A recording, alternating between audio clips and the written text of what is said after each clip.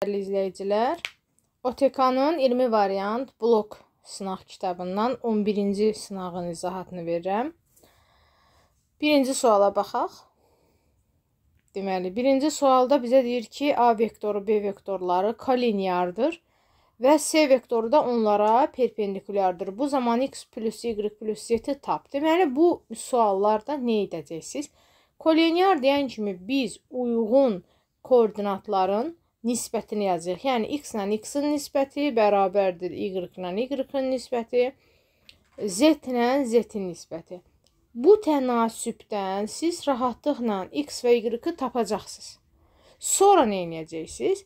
C vektoru isə onlara perpendikulyardır nə deməkdir? Yəni, C vektoru ilə bunlardan hər hansı birinin hasili sıfırdır. Çünki vektorlar perpendikulyar olanda onların skalar hasili sıfır olur. Onda siz artıq burada x və y-i tapmış olacaqsınız. Gətirib yerinə qoyub skalar hasil hesab edəcəksiniz. Skalar hasil də necə hesablanır? Uyğun koordinatların hasilinin cəmi. Uyğun koordinatların hasilinin cəmi kimi hesablanır. Bərabərdir 0 və oradan da z koordinatını tapacaqsınız. Və sizdən istənilən bu cəmi hesablayacaqsınız. Vəssalam. İkinci sualda nə edilir? Deməli, nöqtələri OX, Y müstəvisinə nəzərən simmetrikdir. OX, Y müstəvisinə deyəndə, deməli, bu koordinatların x-ları və y-ları sabit qalır. Onda buradan görsənir ki, x -1-dir, y də -3-dür. Amma z koordinatı əksinə dəyişir. Onda buradan görünür ki, z nədir? -2-dir və bizdən bu hasili istəyir. Üçüncü suala baxaq. Radiusları 1 və 5 olan iki çevrə koordinat oxlarına toxunur. Çevrələrin mərkəzləri arasında mümkün müxtəlif amma məsafələrin cəmini tapın. Deməli, biz burada baxaq ki, bunlar nə vəziyyətdə yerləşəcəklər. Birinci hal, baxaq, birinci hal yerləşə bilər. Tutaq ki, radiusu 1 olan çevrə bu şəkildədir. Burada birinci rübdədir. Radiusu 5 olan çevrə isə tutaq ki, üçüncü rübdədir. Yəni, bir sözlə biri birinci rübdədir, biri üçüncü rübdədir. Bu zaman bunlar arasında, baxın, bunlar arasında məsafəni tapmaq üçün nə edəcəksən? Burada belə bir üçbucaq quracaqsınız. Bu üçbucaqda, bax, buradan bura 1-dir radiusa görə. Buradan da bura 5-dir bunun radiusuna görə. Düzdür? Onda, indi gəl bu məsafəni də tapaq. Buradan bura 5, buradan bura 1. Deməli, 5 də buradadır. 5 də buradadır. Daha doğrusu, ümumi 6 buradadır. Burada da ümumi 6 buradadır. Deməli, 1 katet 6, o biri katet də 6. Bərabər yanlı düzbucaqlı üçbucaq olduğundan birinci bizim məsafəmiz nə alındı? 6 kökdə 2. Yəni, birinci halda 6 kökdə 2 alındı aradakı məsafə. İkinci hala baxaq. İkinci hal ola bilər ki, indi onu da qeyd edeyim ki, uşaqlar, onu da qeyd edeyim ki, bunlar ikinci və dördüncü rübdə də yerləşəndə yenə də cavab 6 kökdə 2 alınacaq. Amma burada müxtəlif sözü dediyinə görə biz bunun birini götürürük. Demək ki, 1, 3 və 2, 4 rüblərdə bu şəkildə yerləşəndə cavab 6 kökdə 2. İndi gəlin görək ki, tutaq ki, biri birinci rübdədir. Yəni, yan-yana rüblərdə yerləşsinlər. Biri də ikinci rübdədir. Bu həm də necə yerləşə bilər? Bax, bu həm də yerləşə bilər 3-4, 1-4, 2-3, yəni yan-yana rüblərin hamısında eyni cavab alınacaq. Ona görə biz bunun cəmi bir variantına baxırıq. Bəs burada necə eləyək? Burada da, deməli, mərkəzlər arasında məsafəni tapmaq üçün deməli, necə quraq?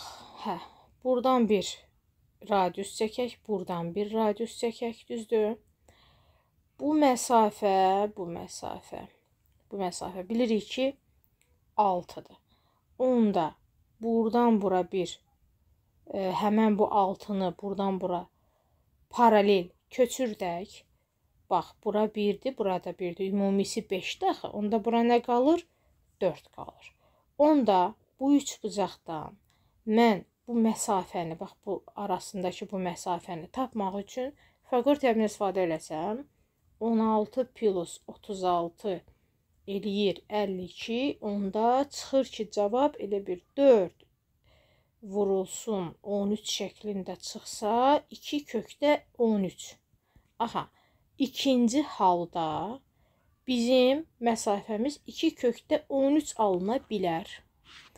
Və nəhayət, bəs üçüncü hal nə ola bilər? Üçüncü hal ola bilər ki, bunların hər ikisi eyni rübdə yerləşir. Məsələn, biri beləsinə yerləşdi, biri də beləsinə yerləşdi. Baxın, gördünüz? Bu formada da yerləşə bilərlər. Eyni zamanda bunlar həm ikinci rübdə bu şəkildə yerləşsələr, həm üçüncü rübdə, həm dördüncü rübdə. Bütün rüblərdə bu şəkildə yerləşsələr, məsafə eyni olacaq. Biz də onların yalnız birini götürürük. Çünki bizə deyir ki, müxtəlif cavabları götür. Bəs yaxşı, burada məsafəmi necə taparam? Burada məsafəmi yenə də əvvəla belə bir düzbucaqlı trapesiya quraram. Aha, indi burada. Cavab bax bu 4-dür. Onda bu 4 gəlir yuxarı. Burada 4-dür. Düzdür? Bu nə edir bəs? 4 kökdə 2 ilədir. Onda üçüncü variantda 4 kökdə 2 ilədir. Və deyir ki, mərkəzi açı bütün mümkün məsafələrin cəmini də, bax bizim məsafələrimiz bunlardır. Ümumi məsafə olacaq 10 kökdə 2 üstəgəl 2 kökdə 13 B variantı. Baxaq 4-cü suala. Deməli, fx funksiyası dövrü 7 olan tək funksiyadır. Cx isə dövrü 5 olan cüt funksiyadır. Biz əvvəla qeyd eləyək ki, tək funksiyalarda f mənfi x-da mənfi çölə çıxır. Cüt funksiyalarda isə mənfi itir, yəni fx-a bərabər olur. Və indi gəlin baxaq. Bizə veriblər f23-dən danışıblar. Dövr verilməyi nə deməkdir? Biz 23-ü 7-yə bölərək onun qalığını istifadə edəcəyik. 7-yə də böləndə qalığı qalacaq nə? 2. Demək ki, f23 f2-yə bərabər bir şeydir. Düzdür? Və tək funksiya olduğundan bayaq dedim ki, mənfi çölə çıxır. Bizə də veriblər ki, f mənfi 2-ni 4 veriblər. Onda f2 nə olar? Mənfi 4 olar. Deməli, baxın, f2-ni tapdım sizin üçün. Mənfi 4. İndi c-yə baxaq. C 18. Burada isə dövrü 5 olduğundan dövrə bölüb qalığı tapırıq. O da c 3-ə bərabərdir. Amma c funksiyası cüt funksiya olduğundan bizə də c mənfi 3-ü 2 veriblər deyən. Cüt funksiya olduğundan elə c3 də 2 deməkdir. Deməli, c3-ü də sizin üçün tapdım. Sizin işiniz sadəcə nə edəcəksiniz? Bu sizdən soruşulan kəsirdə f23-ün yerinə mənfi 4, c18-in yerinə 2 yazıb hesablayacaqsınız. 5-ci suala baxaq. Kotangens alfa 7 verilib, kosinus beta 3 bölünsün kök altında 10 verilib, tangens alfa üstəgəl 2 betanı istəyir və bizim də bu bucaqlarımızı da deyir ki, 0 pi bölü 2 aralığıdır, yəni birinci rüb deməkdir. Onda mən əvvəla tangens bu alfa üstəgəl betanı açım, tangens alfa üstəgəl tangens 2 beta bölünsün 1 çıxınsın, tangens alfa vurulsun, tangens 2 beta. Sonra neyiniyim? Mənə kotangensi veriblər 7. Bunun əsasında mən nəyi tapa bilərəm? Tangensi tapa bilərəm. Bilirəm ki, tangenslə kotangens bir-birinin tərsidir. Demək ki, tangens alfamız nədir? 7-də 1-dir. Bunu biraz haşiyəyə alaq. Belə. Və davam edək. İndi beta ilə bərabər işlər görülməlidir. Düzdür? Məndə burada tangens 2 beta var. Baxın, tangens 2 betanı da açım. Necə olacaq? 2 tangens beta bölünsün 1 çıx tangens kvadratı beta. Və mənə kosinus betanı verib 3 kökdə 10. Mən üçbucaq qaydasından istifadə edərək burada beta yazsam, onda belə çıxır ki, 3 buradır, kök altında 10 buradır. Burada düşür nə? 1. İndi bu üçbucaq qaydasına görə betam var da mənim.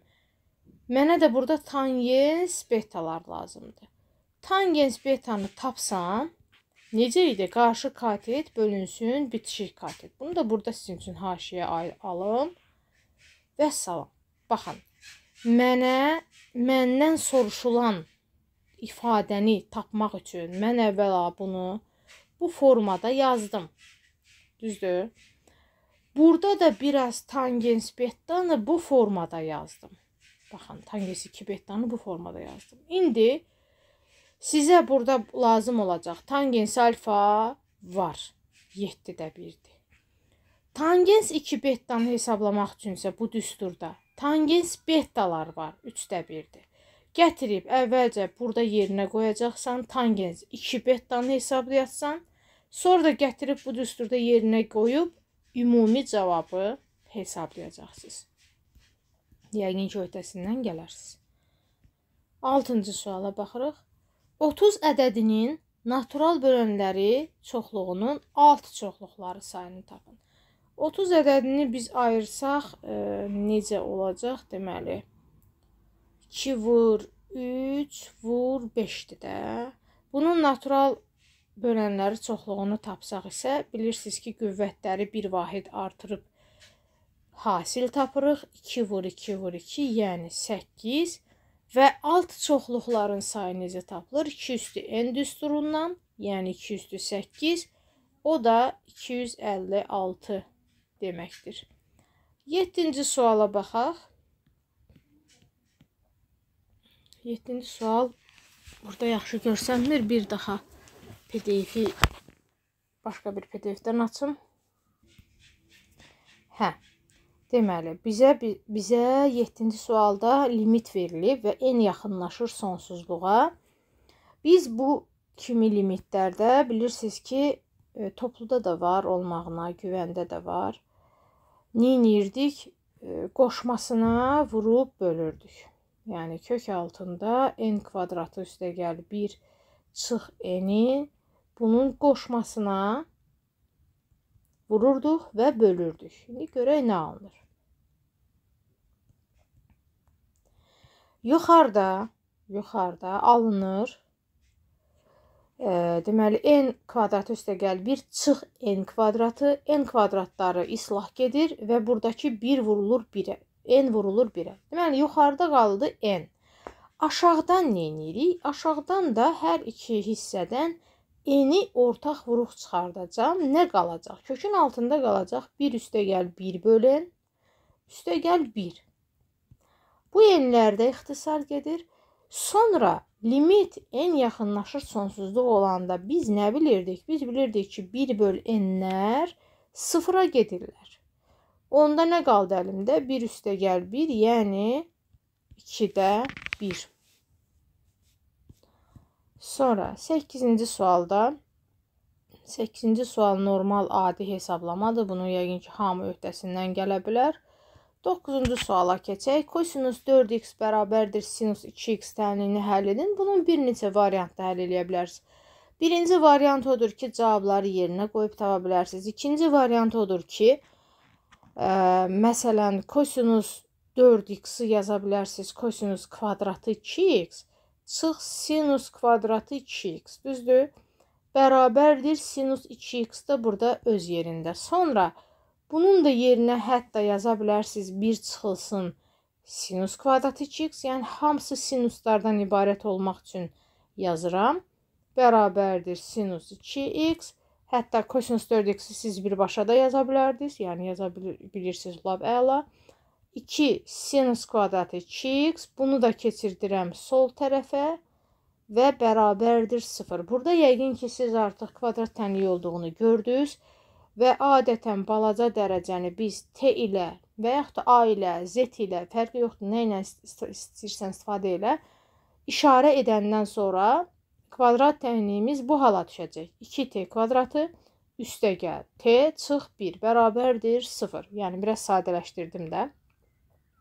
Buradan t1, t2-ni tapandan sonra gətirəcəksən, yerinə qoyacaqsan. Yəni, sinus 2x-i bir dəfə aldığın bu t1-in cavabına bərabər eləyib tənliyi həll eləyəcəksən.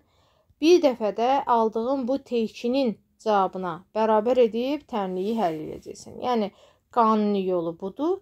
Lakin dediyim kimi, cavablardan da yerinə yazaraq həll eləyə bilərsən. Əgər imtahanda istəyirsən ki, məsələn, vaxtın getməsin, ondan da istifadə edə bilərsən. 10-cu suala baxaq. Bu kimi suallarda nə edəcəyik? 2,5-i yaza bilərik biz 2-də 5 kimi və onun üzərindəki məxrəci necə yazacam? Baxın, 2-ni yazacam loqaritma,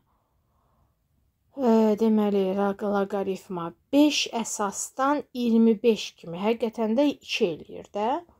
Çıxılsın loqaritma 5 əsasdan 4. Üstə gəl, davam eləyirəm.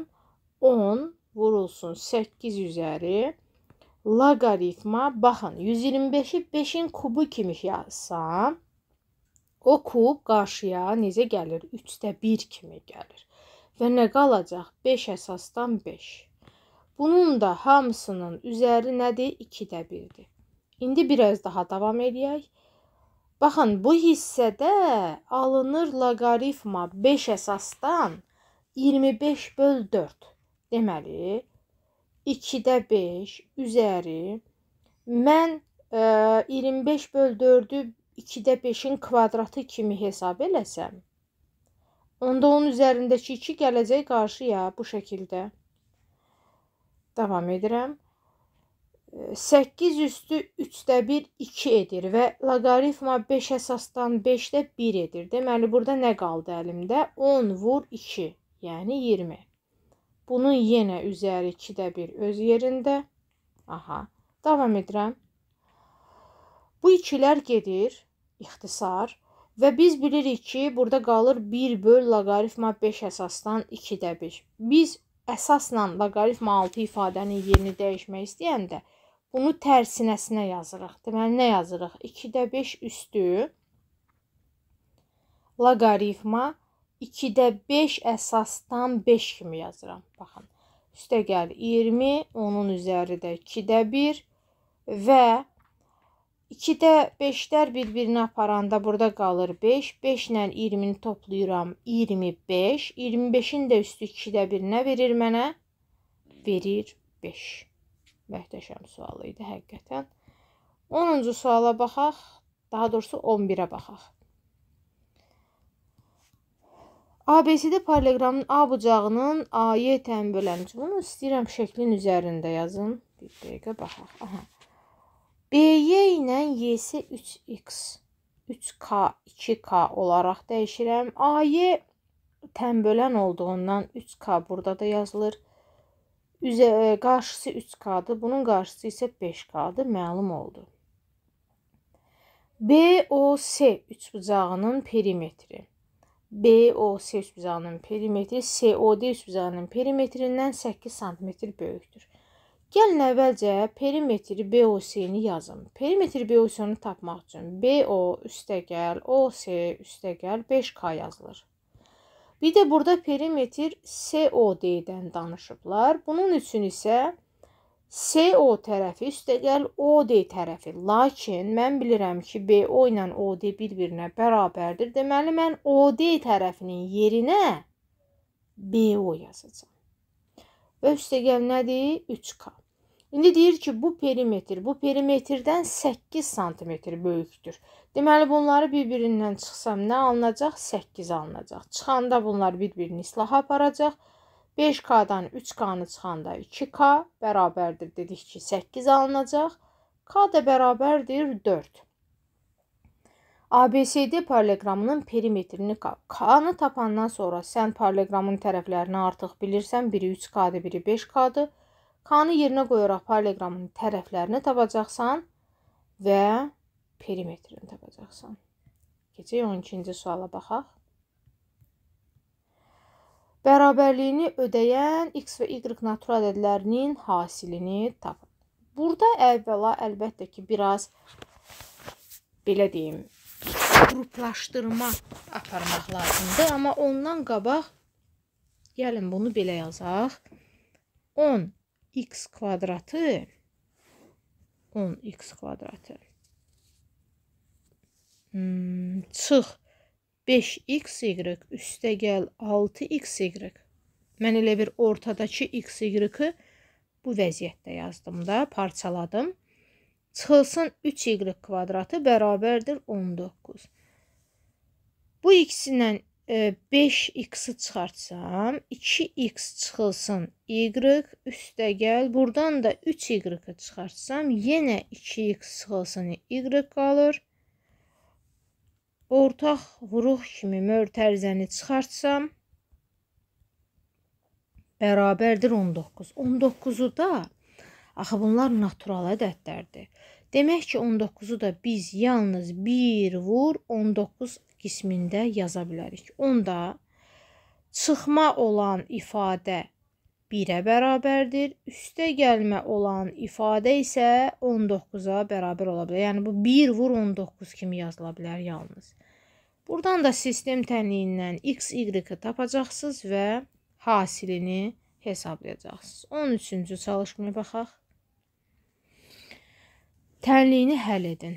Fikir versəz, görərsiniz ki, içərdəki ədədlər 2, 5, 8 və s. bunlar ədədi silsilə əmələ gətirir. Birinci hədd 2-dir, D-miz 3-dür, sonuncu həddimiz 35-dir. Biz belə də saya-saya gedib neçə dənə olduğunu saya bilərik və yaxud da belə getmək istəmirsinizsə, bu düsturdan eni tapa bilərik. Yəni, neçə dənə burada ortada ədəd var. Necə tapırıq? Bunun açılışı necə idi? A1 üstə gəl, n vurulsun, daha doğrusu D vurulsun, n çıx 1 bərabərdir 35-dirsə, A1 2-dir, D-miz 3-dür, n çıx 1 bərabərdir 35, buradan 3 n çıx 1 33, n çıx 1 11, n isə bərabərdir 12-yə. Yəni 12 dənə əslində burada hədd var. Belə çıxır ki, hər birinin içində də 12 dənə x varsa, onda onların cəmi neyinir? 12x edir. Yaxşı, 12x üstə gəl. Bəs, indi mən bildim ki, orada 12 dənə ədəd var. Bəs onların cəmi, burada 2 üstə gəl, 5 üstə gəl, 8 üstə gəl, 35 var. Bəs onların da cəmi lazımdır mənə. Onların cəmini necə hesablayaram? SN düsturundan hesablaya bilərəm. S12 düsturundan hesablaya bilərəm. Necə olacaq? A1 üstə gəl, AN bölü 2 vur N düsturundan. Onda A1-imiz 2-dir, AN-imiz 35-dir. Bölü 2, N-imiz də 12-dir. 6, 37 vur 6. 42, 4 yadda, 18 o 4, 22. Deməli, bu elədir 222. Bərabərdir 198-ə. Buradan 12x bərabərdir 198-dən 222 çıxacaq. Qalacaq nə? 4, deməli 2. 24, amma mənfi. Düz çıxdımmı bir dəqiqə? 4, 11-dən 2, hə. Və x da nəyə bərabərdir? Mənfi 2-yə. Belə. Sonra 14-ə baxaq. Hə, 14 kimi çalışmada isə modulu bir dəfə müsbət götürəcəksiniz, bir dəfə mənfi götürəcəksiniz. Necə? Bir dəfə x kvadratı çıx 5x üstəgəl 6 kiçikdir, bərabərdir 0. Bərabərsizliyini həll edəcəksiniz. Buradan köklərimiz 1, 2-dir, 1, 3-dür və dolayısıyla 2 və 3 aralığı alınacaq. Bir dəfə də moduldan mənfi kimi çıxmağına baxsaq, onda üstəgəl 5x, üstəgəl 6 kimi baxacaqsınız. Burada isə mənfi 2, mənfi 3-dür. Bunun aralığı isə mənfi 3, mənfi 2 alınacaq. Əlbəttə ki, onların birləşməsi olacaq. Cavab Y. Asan misaldır. 15-ə baxsaq. 15 kimi çalışmalarda isə tənlinin köklərinin sayını tapın. Burada A-nın deməli daxil olduğu 0-3 aralığından əslində burada biraz şərt çataşmamazlığı kimi də görsənə bilər, tərəddüd. Çünki 0-3 aralığında sonsuz sayda ədəd var. Amma biz buna məsələn tam ədəd kimi baxsaq, yəni A-nı 1, bir də A-nı 2 kimi götürsək, o zaman deməli modulda x çıx 1, çıx 3 bir dəfə 1-ə bərabər olsa, buradan baxaq neçə dənə kök çıxır. Deməli x çıx 1 bərabərdir. Bunu 1-ə bərabər eləsək 4 və buradan 2 dənə cavab çıxacaq. Bir dəfə də mənfi 1-ə bərabər eləsək, mənfi 1-ə bərabər eləsək isə alınır nə? Modulda x çıx 1, çıx 3 bərabərdir mənfi 1. Buradan x çıx 1 bərabərdir 2-yə. Burada da 2 dənə, daha doğrusu burada 2 dənə kök də buradan yaranacaq. Bir dəfə də məsələn 2 cavabına baxsaq, onda nə olacaq? Modul x çıx 1, çıx 3 bərabərdir 2. Müsbət kimi baxsaq, bərabərdir 5 və buradan da 2 dənə cavab çıxacaq. Və eyni zamanda burada modul x çıx 1, çıx 3 bərabərdir mənfi 2 kimi, yəni bunları ataq, mənfi 2 kimi də götürüb həll eləsək, 2 dənə də cavab buradan çıxacaq. Ortaq cavabları çıxsaq, cavabımız 4 alınmalıdır. Lakin dediyim kimi biraz burada şərt çatışmamazlığı var və yaxud da belə deyim də A-ya sonsuz sayda burada qiymətlər verə bilərsən, rasional köklər kimi. Bu zaman say müxtəlif çıxa bilər. 16-cı suala baxaq. 16-da nə deyir bizə? Müstəvi xaricindəki nöqtədən müstəviyə 2 bərabər və bir-birinə perpendikulyar mail çəkilib. Deməli, baxın, müstəvi xaricindəki nöqtədən həm bir-birinə bərabər, həm də 90 dərəcə. Yəni, bərabər yanlı bir sözlə düzbucaqlı, üçbucaqdır. Mail çəkilib və maillər müstəvi arasındakı bucaqlar 45 dərəcədir. 45 dərəcədir. Oturacaqlar arasındakı məsafə 4 olarsa nöqtədən müstəviyə qədər məsafəni tapın. Nöqtədən müstəviyə qədər məsafəni istəyirsə, bu sadəcə bax bu hissəni istəyir, yəni hündürlüyü. Biz də bunun bərabər yanlı olduğunu nəzərə alsaq, bunun hündürlüyü həm də mediandır və median da bilirik ki, hipotenuzun yarısıdır. O zaman burada cavabımız 2 olacaq. 17-yə baxaq. 17 kimi çalışmalarda çalışın ki, bunu açın. Müxtəlif yolla aça bilərsiniz. Yuxarını istəyirsiniz. Baxın, A üstəgəl B-nin kubu kimi aça bilərsən. Və ya buna ümumi A kubu çıx B kubu kimi də baxa bilərsiniz. Yəni, nə demək istəyirəm? Bax, buna bir A kimi baxsan, buna bir B kimi baxsan, A kubu çıx B kubu kimi də baxa bilərsiniz. İndi ki, necə ürəyiniz istəyir, elə açın, sadələşdirin, yazın. Sonra 18-ə baxaq. Funksiyanın qrafik üzərində nöqtəsinə ən yaxın nöqtəni tapın. Yəni, bunu mən sizə şəkil üzərində təxminən qeyd edeyim. Deməli, verilən funksiyanın qrafiki ən kiçik qiyməti 2-də 1-dir və təxminən qrafik bu şəkildə gedir. Bizə göstərilən M nöqtəsi isə, baxın, məsələn, belə deyim, bura tutaq ki 1-dirsə, mənə göstərilən, burası 2-də 1-dir, düzdür, burası isə 4-də 1-dir. 4-də 1-in 1-ə, bu nöqtədir.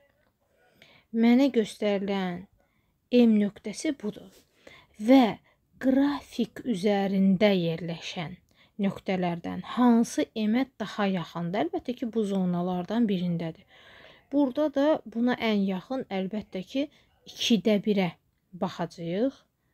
Çünki elə cavablardan da görünər ki, ya 2-də 1-lərdir, ya 2-də 3-lərdir. 2-də 1-ə elə A bəndini yoxlasaq, x-in yerinə 2-də 1 qoysaq alınacaq nə? 4-də 1 üstə gəl 4-də 1 üstə gəl 2-də 1 cavabımız nə edir?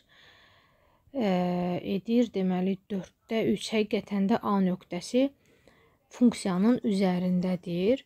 Məsələn, B nöqtəsini yoxlasaq, 4-də 1 üstə gəl 2-də 1 bizə nə verəcək? 4-də 1 üstə gəl 4-də 3. Amma bizə B bəndində 4-də 1 veriblər. Heç B bəndi əslində funksiyanın qrafik üzərində deyil. Görürsünüz? Funksiyanın qrafik üzərində heç deyil, yəni olmağına. Ona görə də cavabımız elə nə olacaq? A bəndi olacaq. 19-a baxaq.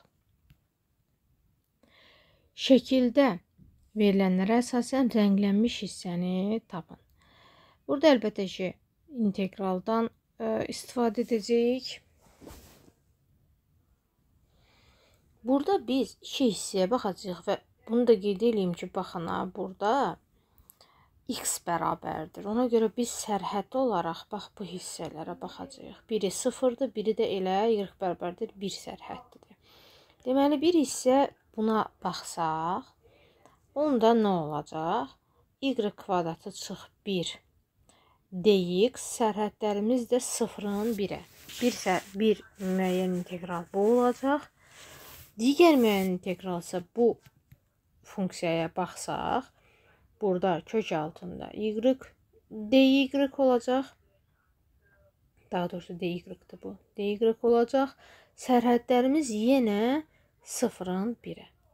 Və biz bunları hesablayandan sonra nə edəcəksiniz? Cəmini tapacaqsınız.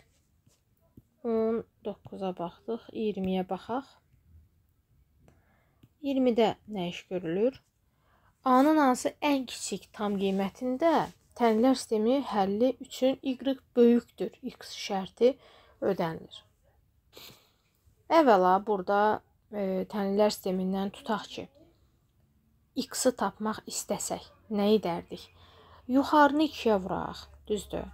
Olacaq 4x üstə gəl 2y bərabərdir 4a çıxılsın 14. Aşağıda da x plus 2y bərabərdir 3a üstə gəl 5 var. Tərəf-tərəfə çıxaq. Tərəf-tərəfə çıxsaq 2y-lar gedir. Qalır 3x bərabərdir a çıxılsın nə? 19. Buradan x nəyə bərabərdir? A çıxılsın 19 böl 3. Bax, x-i tapdım. Eyni qayda ilə bu dəfə y-i tapaq. Bu zaman aşağını 2-yə vuraq, olacaq 2x üstə gəl y bərabərdir 2a çıxılsın 7, 2x üstə gəl 4y bərabərdir 6a üstə gəl 10. Yenə tərəf-tərəfə çıxaq, aşağıdan yuxarını çıxıram, qalır 3y bərabərdir 4a üstə gəl 17. Y-i da tapanda 4a üstə gəl 17-ni nəyə böləcəksən? 3-ə böləcəksən. Bax, bu da mənim nəyimdir? Y-imdir. Sonra mənə nə deyir? Deyir ki, x böyükdür y şərti. Yəni, daha doğrusu y böyükdür x şərti. Yəni, 4a üstə gəl 17 böl 3 böyükdür. A çıxılsın 19 böl 3-dən. Sizə nə qalır? Sizə qalır bu bərabərsliyi həll eləyib A-nı ən kiçik qiymətini tapmaq. Bu da hətta buraxılış sualı səviyyəsindədir, yəqin ki, öhdəsindən gələrsiniz. 21-ə baxaq. İfadənin ən böyük qiymətini tapın. Deməli, bu ifadədə ən böyük qiymət nə zaman alına bilər? İkinci ifadənin ən kiçik qiymətində alına bilər. Düzdür? Minimum gələk, bura minimum olsun ki, 15-dən də minimum qiymət çıxaq ki, cavabımız ən böyük qiymət alsın. Bunun üçün də biz bu bərabərlikdən, daha doğrusu bu yazılışdan istifadə edəcəyik. Deməli, x kvadrat + y kvadratı böyük bərabərdir həmişə 2 vurulsun onların hasilindən. Düzdür? Onu da belə çıxır ki, yerinə yazsaq, bu ifadə böyük bərabərdir nə olur? 2-də 1. Yəni, bunu da bərabər kimi götürsək, ən minimalı 0,5-dir. Belə də çıxır ki, 15-dən 0,5 çıxanda 14,5.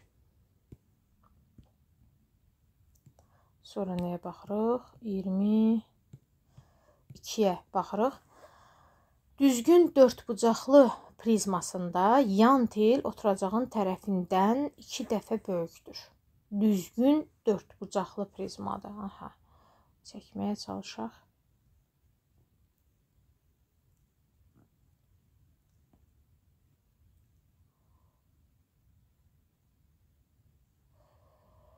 Düzgün olduğundan oturacaq kvadratdır.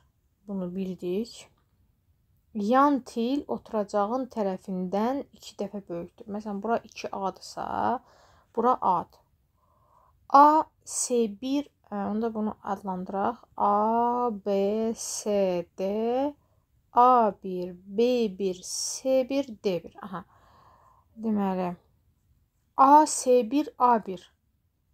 Bunu qırmızı ilə işarələyəcəm. A, S1. Bir də A1. Aha, bax, belə bir şeydir. Belə bir şeydir. Bu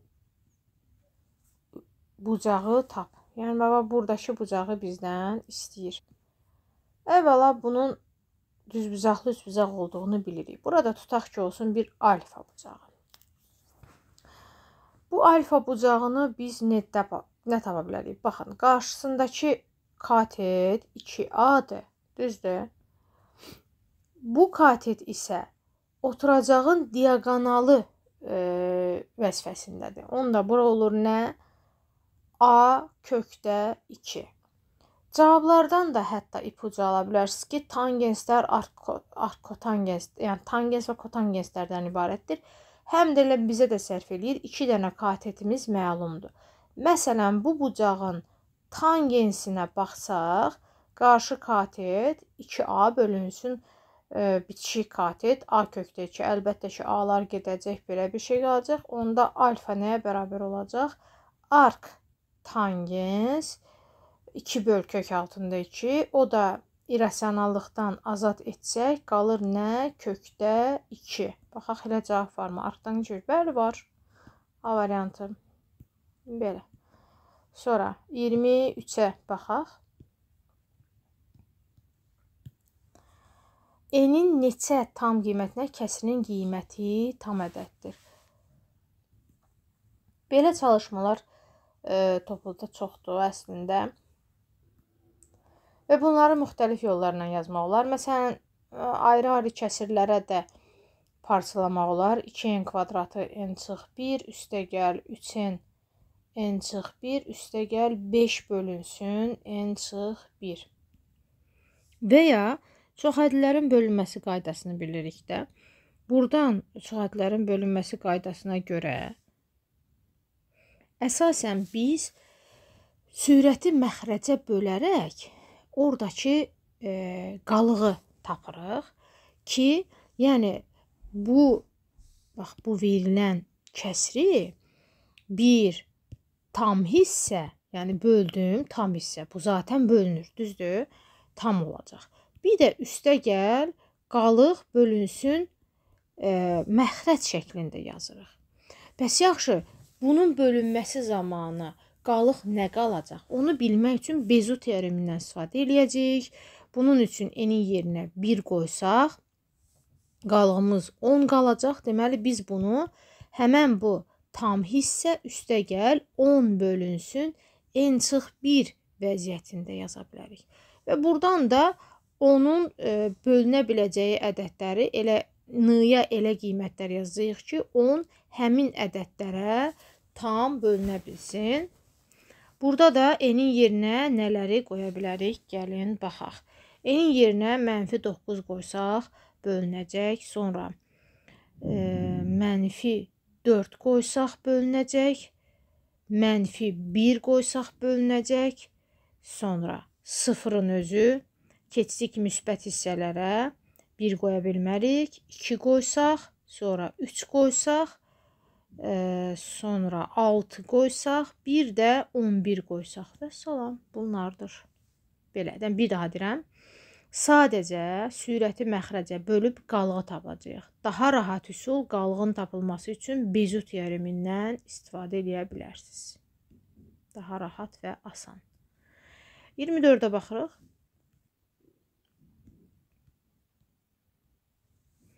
ABCD bərabər yanlı trapesiyasının daxilinə mərkəzi O nöqtəsində olan çevrə çəkilmişdir. Deməli, trapesiyanın daxilinə,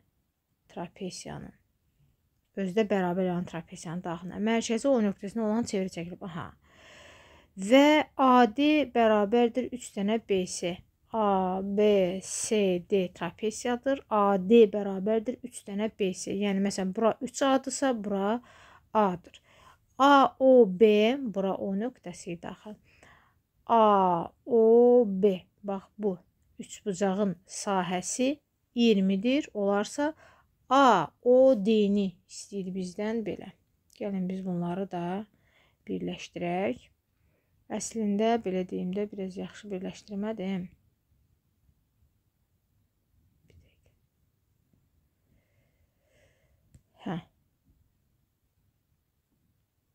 Belə deyək.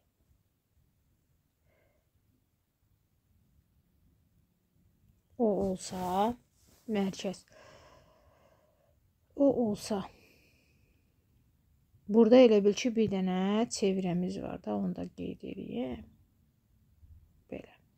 Onda mənim yan tərəflər, bax, və figurumun yan tərəfləri nəyə bərabərdir sizcə? Olacaqmı 2A, 2A? Niyə? Çünki biz bilirik ki, dördbucaqlının daxilinə çevrə çəkilibsə, o zaman qarşı tərəflərin cəmi bir-birinə bərabərdir. Onda olacaq 2A, 2A. Buradan bu hissə bilirsiniz ki, radiusdur. Buradan da bu hissə bilirsiniz ki, radiusdur. Eyni zamanda bu üçbucaqların da hündürlükləridir. Onda buradan H-ı tapsam, H nəyə bərabərdir? Bunun sahəsini verir, baxın mənə 20. Deməli, 20 bərabərdir. 2-də 1 vurulsun, 2A vurulsun, H, düzdür? 2-lər getdi, onda AH bərabərdir elə 20-yə. Məndən də bu üçbucağın sahəsini istəyirsə, onda bu üçbucağın sahəsi, yəni AOD bərabərdir nə? 2-də 1, 3A vurulsun H. AH bilirəm ki, 20-dir. 20-ni 2-yə böldüm. 10, onu vurdum. Elədi nə? 30. Keçdik 25-ə baxaq. Tənliyini həll edin. Burada nə edə bilərik? Burada gəlin sadələşdirim. Necə sadələşdirim? 5 üstü x çıx 3'ü ortaq vuruq çıxartsam, qalacaq burada 5 üstəgəl 1, düzdür? Bərabərdir. 7'ləri də o tərəfə keçirdim. 7'ni də o tərəfə keçirdim. Yox, gəlin çıx qoyum sonra. Aha, çıxılsın. 7 üstü x çıx 3'ü də buradan çıxarsaq qalacaq 7 çıx 1. Bərabərdir 0. O bərabəri də bura keçirdirəm. Deməli. Baxın. Bu 6, bu 6. Bunlar heç getdilər. Qaldı nə? 5 üstü x çıx 3 ilə 7 üstü x çıx 3 bir-birinə bərabərdir. Bunlar nə vaxt bir-birinə bərabər olar ki? Yalnız üstü 0 olsa, başqa yolumuz yoxdur. Düzdür? X bərabərdir 0 olsa, 5 üstü 0 bərabərdir 7 üstü 0 olur, o da ödənilir. Deməli, x necə baxaq?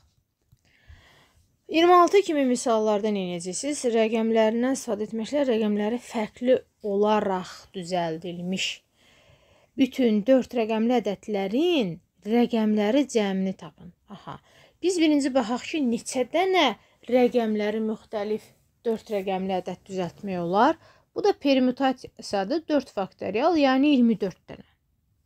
Və onların rəqəmlərinin cəmi bizə verəcək 18. Deməli, fikir verin. 24 dənə rəqəmləri cəmi 18 olan 4 rəqəmli ədədlərimiz var. Onda 24 vur 18, cavab 432 edir. Nə deyir? Tili A olan düzgün tetraed üçün uyğunluğu müəyyən edin. Burada da özünüz artıq o düsturları yəqin ki bilirsiniz və yaxud da qaydalara da hətta baxıb yaza bilərsiniz. O asandır. 28, 29, 30-cu çalışmalar isə deməli testin üstündə mən hal-hazırda qapaq hissədə verəcəm. Oradan skan edib OTK-nın öz cavablarına oradan baxa bilərsiniz. Buyurun, sağ olun.